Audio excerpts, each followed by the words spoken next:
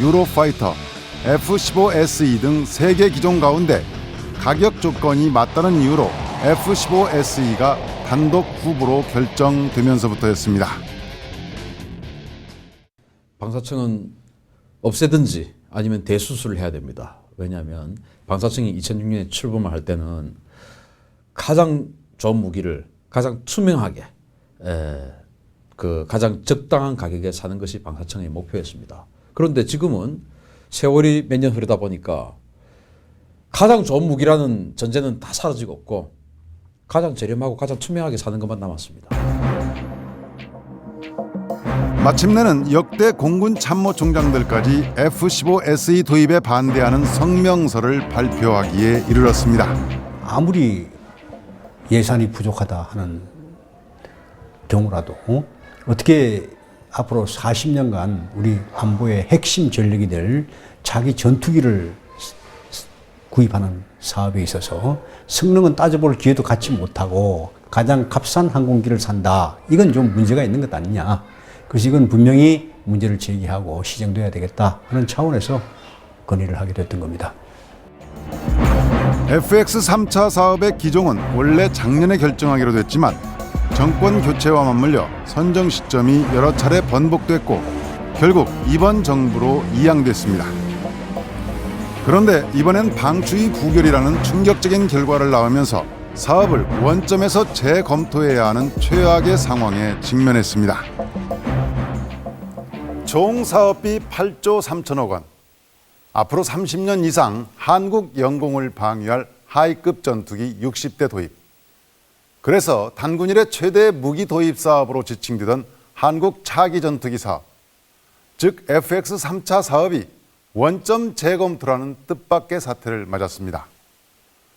무엇보다 역대 공군 참모총장들이 특정 무기 도입을 반대하며 이의를 제기한 것은 한국군 역사상 없던 일입니다.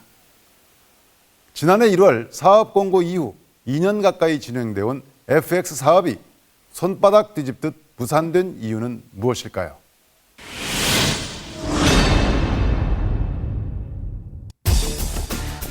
이번 FX 3차 사업은 미국 기종인 F-35와 F-15SE 그리고 유럽 기종인 유로파이터의 3파전이었습니다. 지난해 1월 사업 공고 때 방위사업청이 제시한 기종 선정 기준은 종합평가 방식이었습니다. 유지비가 포함된 기체 가격, 임무 수행 능력, 군의 운용 적합성, 그리고 경제기술적 편익을 합해 100점 만점에 1위를 차지한 기종으로 결정하는 것이었습니다. 내가 가격이 좀 비싸니까 그러면 더 나은 어떤 다른 조건을 제시를 하고 나는 성능이 좀 떨어지니까 또 가격을 좀 더 싸게 하고 난 또 성능이 떨어지고 어떤 한미동맹이나 이런 카테고리에서 좀 벗어나니까 기술 이전을 더 많이 주고 이러한 서로 간의 그 자기들의 약점을 덮을 수 있는 그런 조건을 제시를 하면서 1년 7개월을 사업을 했던 거예요.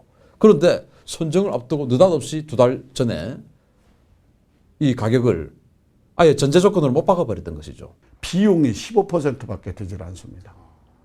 그런데 임무 수행 능력이나 군운용 적합성 같은 것은 30몇 %씩 됩니다.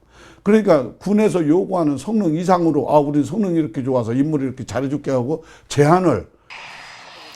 첫 번째 입찰 결과 세 기종이 모두 사업비 8조 3천억을 초과하자 엉뚱하게도 전투기 가격만이 가장 중요한 요건으로 떠올랐습니다. 그런데 당초 예산 책정부터 잘못됐다는 지적이 있습니다. 8조 3천억이 구성이 되는데 그중에서 순수하게 비행기값만 해서 5조 9,500억 원을 로 살 수 있다라고 국회에다 제출을 했습니다. 방사청이었어요. 그때 국회 국방위 전문위원실에서 우리가 조사한 바에 따르면 이게 아니다. 비행기 가격이 최소 1조 8천억은 더 있어야 되는데 지금 방사청 지금 잘못 제출한 것 같다. 정말 이거로 되느냐라고 되물었습니다. 그때 방사청에서 맞다. 된다. 라고 이야기를 한 겁니다.